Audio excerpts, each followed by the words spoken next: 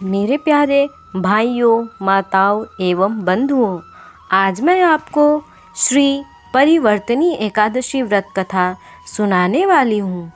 तो बिना देर किए चलिए कथा को शुरू करते हैं। भाद्रपद शुक्ल एकादशी की पौराणिक कथा। युधिष्ठिर कहने लगे कि हे भगवान, भाद्रपद शुक्ल एकादशी का क्या नाम है, इसकी विधि तथा इसका महात्म्य कृपा करके कहिए।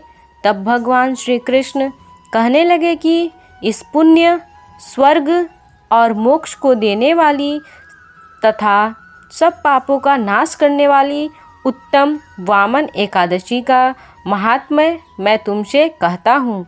तुम ध्यानपूर्वक सुनो। यह परिवर्तनी एकादशी जयंती एकादशी भी कहलाती है। इसका यज्ञ करने से वाजपेय यज्ञ का फल मिलता है। पापियों के पाप नाश करने के लिए इससे बढ़कर कोई उपाय नहीं है।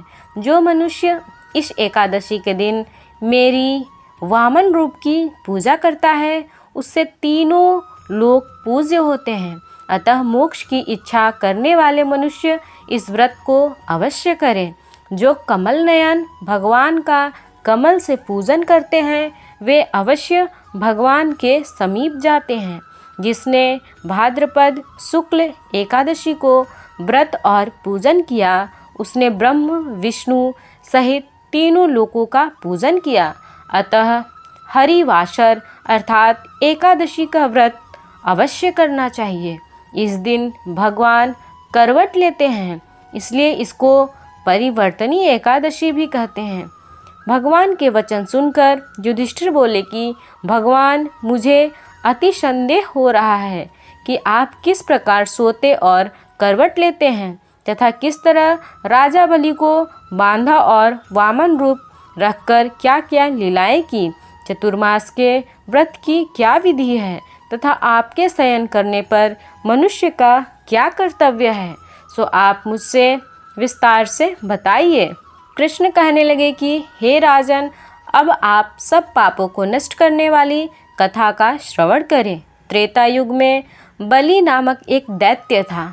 वह मेरा परम भक्त था।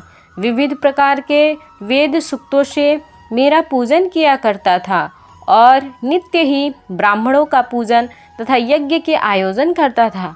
लेकिन इंद्र से द्वेष के कारण उसने इंद्रलोक तथा सभी देवताओं को जीत लिया। इस कारण सभी देवता एकत्र होकर सोच विचार कर भगवान के पास गए। बृहस्पति सहित इंद्रादिक देवता प्रभु के निकट जाकर और नतमस्तक होकर वेद मंत्रों द्वारा भगवान का पूजन और स्तुति करने लगे।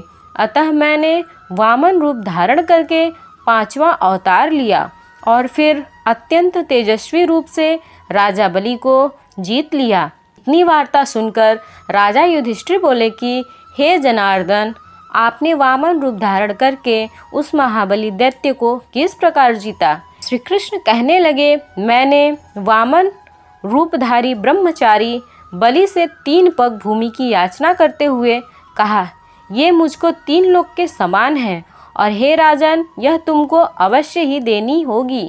राजा बलि ने इसे तुच्छ याचना समझकर 3 पग भूमि का संकल्प मुझको दे दिया और मैंने अपने त्रिविक्रम रूप को बढ़ाकर यहाँ तक कि भूर्वलोक में जंघा, स्वर्गलोक में कमर, महलोक में पेट, जनलोक में हृदय, यमलोक में कंठ की स्थापना कर सत्यलोक में मुख, उसके ऊपर मस्तक स्थापित किया।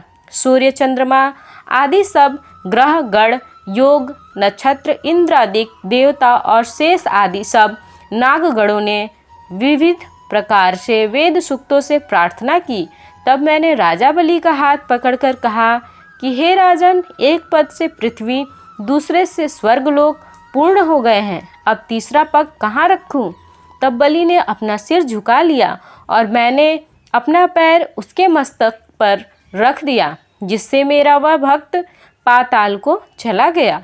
फिर उसकी विनती और नम्रता को देखकर मैंने कहा कि हे बलि, मैं सदैव तुम्हारे निकट ही रहूँगा। विरोचन पुत्र बलि से कहने पर भाद्रपद शुक्ल एकादशी के दिन बलि के आश्रम पर मेरी मूर्ति स्थापित हुई।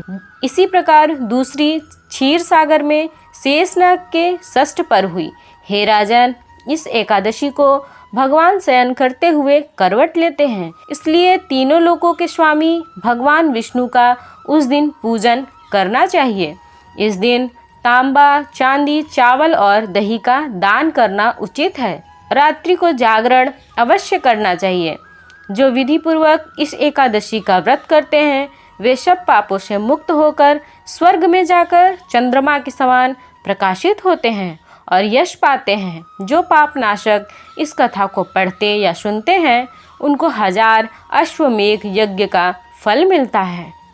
तो ये थी श्री परिवर्तनी एकादशी व्रत की कथा।